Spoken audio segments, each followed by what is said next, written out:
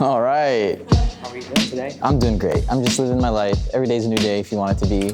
Highs and lows, lows and highs. The normal. I'm a colorist. I am a technical tool for other people, and I have my own creativity that I put into that art. I love surrounding myself with very creative people, very creative things. I always gravitate towards film, whether that be filmmaking or connecting with people through like physical film, whether it be scanning people's film, introducing people to film, coloring people's films. For the longest time, I never really knew where I wanted my life to go. I wanted to do computer science at first, and I hated it. It's very technical, which I love, but it was just like, not for me. When you decide like, this is the career, this is the path you want to go, it can be a little scary at first, especially if you're not born and raised in a city like LA. You know, a lot of people come here to start that career. I was born here. My family, not necessarily were creatives. You know, my dad was a mechanic, my mom is an accountant. So I kind of broke into this like creative scene myself. There was a lot of friends that live here and are already doing it that kind of pushed me into this career. Having a lot of confidence is very important. First job I got, I ran into an old friend at a camera store, and he told me, oh, I just shot this music video. We're gonna color it tomorrow. And I said, I am a colorist. I can do it for you. I can come and do it. No idea what I'm doing, right? I've maybe done like color once before on just like some test footage, you know, but just having this confidence is like walking into that room with like the little knowledge I had, but knowing that these people have no knowledge at all, and just having confidence and understanding like people might not like you, and that's okay. You know, when I started, I was doing something I'm not doing now. I didn't start as a colorist. I kind of just like worked into that, and then now I like decided to run with it and go. But it's not like I don't have dreams of doing anything else. I don't necessarily call myself a photographer, but if I'm able to sync my eye to how a camera sees things, then wow, I can actually feel like I can pursue this more independently. I would call myself like a creative for sure, but I don't feel creative all the time. I would say I'm very much like a very technical person. When I try to do something for myself, I get afraid.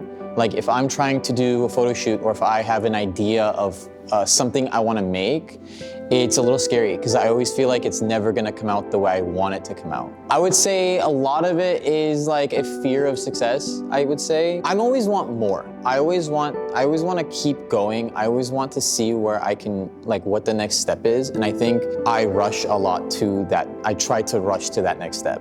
And I think in that process of rushing, I make a lot of mistakes.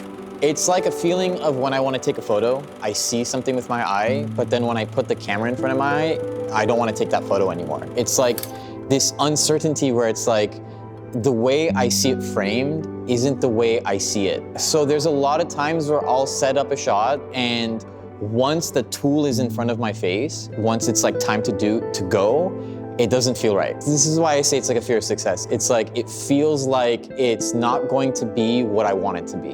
What I struggle a lot with is how to get there, how to get to like how to translate what my eye sees to the art I'm trying to make. And I feel like a lot of people have this problem. I think it's just timing, preparation, luck, and how like sharp you are picking things up. It does take a little longer for me to like finally figure out how something works. But once I figure it out, I kind of like stick to doing it in a certain way. And I forget that there's like room to play.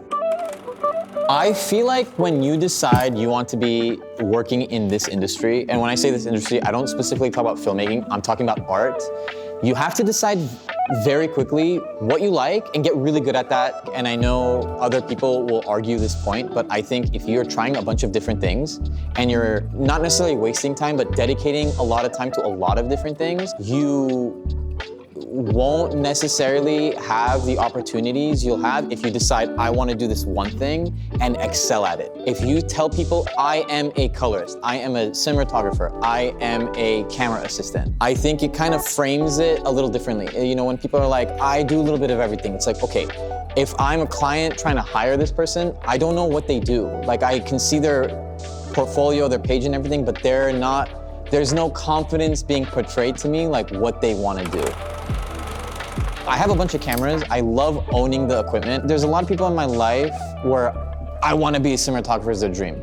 And I can like help them build that dream. I can give them this camera, I can color their projects, I can be part of their vision. So when they grow in their career, I grow with them. And it's like a very specific group of people you surround yourself with and work with your whole life, and you kind of build like a community around this. Like everyone has their goals and dreams, and because everyone has their goals and dreams, everyone's working as a community to just excel each other, to grow everyone up in whatever they want to do in life.